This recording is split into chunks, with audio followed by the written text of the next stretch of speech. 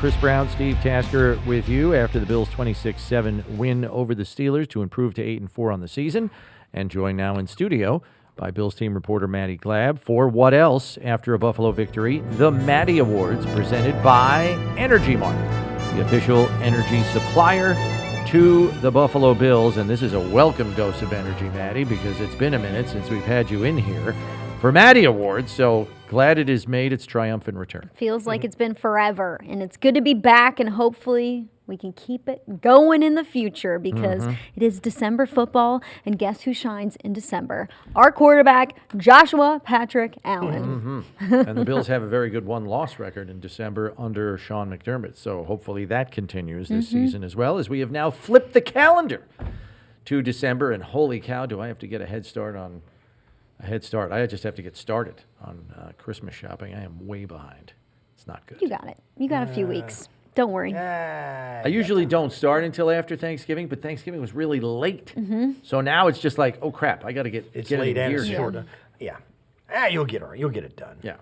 But let's begin with Maddy Awards. We're handing those out instead of Christmas gifts here on December 1st. And it's the Pure Grit Award to lead us off here. Pure grit. Ryan Vandemark and Alec Anderson had pure grit in this game. They were filling in for the starting left tackle and right tackle. A tall task to do something like that. It's not like these two have a lot of years under their belt. No, they are younger players with 7 combined starts between them entering the matchup, going against a Steelers defensive line who is really tough, led by TJ Watt, who has 115 career sacks. It is scary to go against TJ Watt in his building because you have to go to a silent count. And Anderson and Vandemark played with pure grit and heart. It was awesome to see them on the field blocking for their team. They go off for 249 rushing yards, a record-setting number at Pittsburgh. It was amazing to watch them block and see how their teammates help them along the way.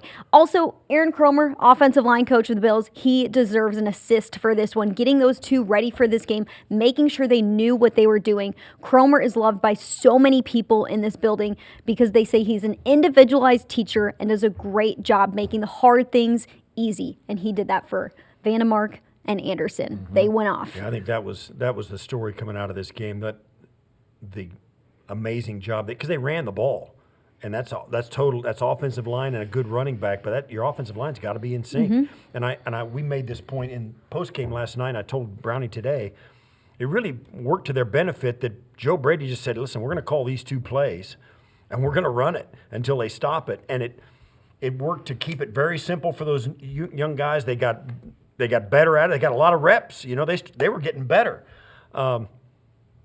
I thought it really worked out to Buffalo's benefit that play calling could repeat those plays. You don't have to think about too much, man. Just go out and cut it loose, and that really helped Alec Anderson and Vandemark mesh with those 3 guys that have been there all year. Let's move on to the Killer Award. The killer in this game was the rushing offense and time of possession. You know what kills an opponent's opportunities? It is staying on the field. The Bills crushed any chances the Steelers had by controlling time of possession. 42 minutes is how long the Bills were on the field compared to the Steelers' 18 minutes. The Bills played bully ball. 51 rushing attempts. That is a huge, fat number. They ran the ball over and over again. We heard from TJ Watt after the game, and he said the Bills just ran the same play over and over, and we had a really hard time stopping that duo concept. It was awesome to see James Cook go off for 144 rushing yards. He was elusive at finding the gaps and staying on his feet for yards after contact. He actually had 60 yards before contact, which says a lot about how the game unfolded. Yeah, that was great to see. It was a bludgeoning. There's no other way to say it. And as we said earlier, you could tell by like the third quarter, the Steelers' defense was already demoralized. A lot of hands on hips, a lot of bad body language. They were a beaten team by quarter number 3. The Comeback Kids. The Comeback Kids. Buffalo's rushing defense had a comeback performance against the Steelers. Heading into this game, the Bills were 30th, allowing over 140 rushing yards per game. But in this game, they played physical, they played tough, they had an attitude about the way that they tackled on defense. They did a great job tackling, and they were really physical. They allow a season-low 58 rushing yards to the Steelers. It was a performance where they said, look at what we can do. This is who we want to become on defense. And the longest run they allowed, I heard you say it earlier, 12 yards. It was incredible to watch, and I hope we see a lot more out of the run defense this year. Yeah, the fits were really good, probably the most consistent we have seen them all season, because too often we have seen guys not in their gaps, and it leads to missed tackles and then long runs. It might have been their best tackling day of the season, too. The Hunter. I think I know where this one's going. Bills cornerback Christian Benford was a man on a mission against the Steelers. Sean McDermott challenged the team by saying, hey, defense, you got to score a touchdown for us in this one. Benford said, I got you, coach. What does he do? Beginning of the second half defensive end, Joey Bosa forces a fumble, and Benford is there to recover it for the scoop and score. And on the next possession, Benford said, I'm not done yet. I got one more thing left in my bag of tricks. He pulls out an interception and did a great job by seeing Mason Rudolph have an overthrow. He was in the right position at the right time and did a great job of making sure his feet were in bounds. That is great awareness by the cornerback. When you throw Christian Benford's way, bad things are going to happen to your offense. Yeah, and he was pretty much following DK Metcalf all game. Like, they basically put him on Metcalf and said, you're just going to follow him. Because he's the biggest threat in their passing game, and really the only thing that represents a big play threat in any capacity, maybe with the exception of Darnell Washington, who catches the ball and then runs over people. That's really their passing game in a nutshell. It's Metcalf and Washington on occasion, and Benford shut him down too. I think he only had 3 catches for a pedestrian amount of yards. I think I saw on social that Metcalf had 10 reps man-to-man coverage against Benford, 0 receptions. The 3 receptions were against zone coverage. And Benford held him off the score sheet, which is huge. Yeah, I'm looking at it right now. So he had in the game, let me look at his stat line. DK Metcalf had 3 catches for 32 yards. His longest reception was 14 yards. That is a win against that guy. Record setter. It's going to our quarterback, Josh Allen. Josh Allen plays in a game. Josh Allen breaks another record. That's just how the story goes. Allen was converting third downs with his legs, plowing through for extra yards. It was a type of game where Allen said, I'm going to do whatever it takes to win this football game. And you saw that with the attitude he played with. Allen had 1 rushing touchdown in this game. It was good for a record. He passes Cam Newton for most rushing touchdowns by a quarterback in NFL history with 76. Yeah, had a couple other records in the game too. He passed Brett Favre for the 5th most touchdown passes by a quarterback in his first 8 seasons. He now has 214. And with the 2 combined touchdowns, he also passed Favre and Rodgers for 2nd most consecutive seasons with at least 30 touchdowns with 6 consecutive. Only Drew Brees has more with 9 straight seasons. Crazy. I mean, it's just different things just fall by the wayside each week with Allen scoring points. It's bananas. The Unsung Hero Award. Unsung hero. Bills linebacker Shaq Thompson deserves some credit for the part that he played in the win against the Steelers. Thompson was thrust into the middle linebacker role because Terrell Bernard was out with injury. You could rely on the 11-year veteran to know exactly what he was doing. Thompson did a great job calling the defense and stopping the run. The Bills allowed just 58 rushing yards. Thompson was physical and mean in this game. He does a great job in the middle of that defense, taking up space and anticipating what's going to happen. And it wasn't only that. Thompson did a lot as a leader in this matchup as well. Sean McDermott said that Thompson stood up in a team meeting in the week prior to the game and said, we have to step it up as a team. And they answered, that's big-time leadership from a veteran who really understands this system since he's played in it before, and he's flourished with the Bills. I talked to him earlier in the season, and he said, I wish I would have come here sooner. I always wanted to play for Sean McDermott as a head coach, and now that I'm here and I see what's happening within my game at this point in my career, it should have been earlier. Yeah, and he showed up big time, and he has been a real asset. When you can tell you notice him when he's on the field, and that's been tough to do in a year that they've had defensively. Something tells me this next award was prompted by a request from Mr. Glab. I could be right. I could be wrong. I'm not sure.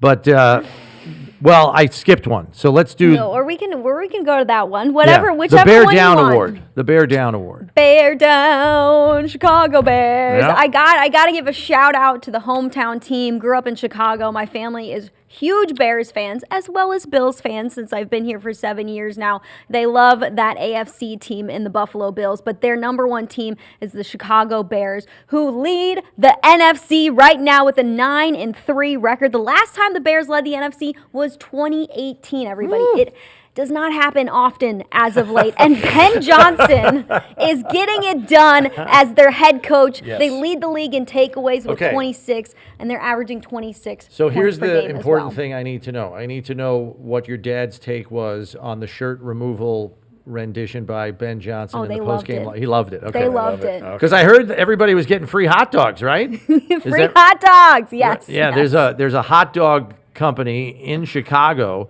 that basically said if Ben Johnson removes his shirt in the post-game speech in the locker room after a victory, everybody gets free hot dogs, which, quite frankly, with the population in Chicago, could put that business out of business. But then you hear Ben Johnson say in the locker room, I think Chicago fans are hungry too. Like, he was fully aware. He knew. Oh, yeah. He knew. And so all of a sudden, he hands the hat to one of his players. The shirt comes off, and it's on after It that. was a party in the Yeah. locker room after that win. I'm happy to see it because I know what the Bears have been through. I followed this team since I was a young kid, and it's been a long time coming. Yeah, I went to school in Chicago in 82 through 85. So I was there for the 85 Bears and the whole run up. It's a different vibe in that city when the Bears are good. Yeah.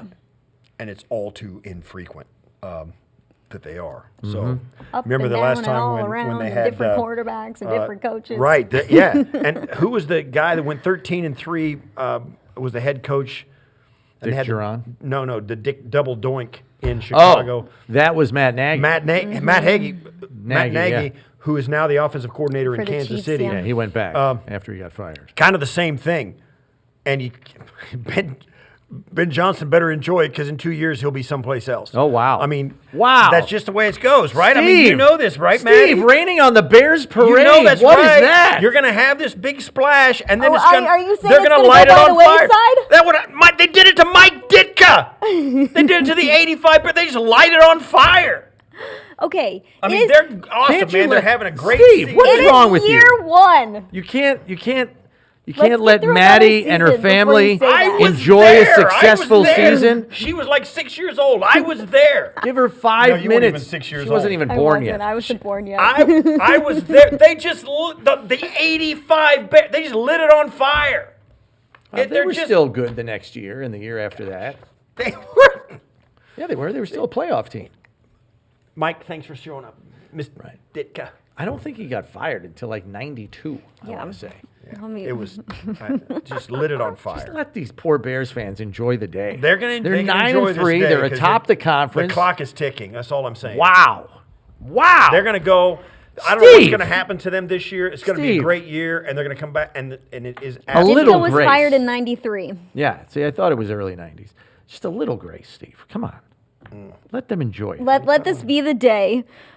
December 1st, 2025, Steve Tasker said Ben Johnson is going to be out as the Bears head coach In 2 years. In 2 years. Yeah. Put it All on the right. whitort. Put it on the I'm whiteboard. gonna write it on the We'll whiteboard. see You're what- going to have to telling save you, that one. It's gonna. Yeah. All right. Anyway, get back to the matter. The This is final great. Maddy Award is Baby Brady. Baby Brady, congrats to the Brady family who welcomed a baby girl into the world yesterday. Joe Brady's doing his thing as the offensive coordinator of the Bills, going off for a record-breaking game, 249 rushing yards, and gets to come home to a new baby girl. So congrats to their family. Brady did it for his baby. I love it. That's yeah. great. Had the Congratulations baby to him. on game day. Lauren Brady with delivery number 2. Yep. So Joe Brady delivered, and so did Lauren Brady. Yes. Congratulations to both They of them. both deserve an award. And Brady, I'm sure, rushed off the plane and went straight to the He hospital. did. I was telling Steve earlier in the show, so we land, we're taxiing, and one of the flight attendants gets on the PA and says, when we come to a stop and you take off your seatbelts, please remain seated so Joe Brady can get off the go plane meet his first new and go baby straight to the girl. hospital. So that's where I we love were. it. Good stuff. Thanks, Good Maddy. stuff for Good sure. stuff, Mad. Those are the Maddy Awards for Week 13, and we hope to see Maddy right back in that same chair on Monday of Week 14, when Week 14 is completed, because that'll mean the Bills will have stacked another victory against an AFC North opponent. As we know, they're taking on the Bengals this coming Sunday here at home in Orchard Park.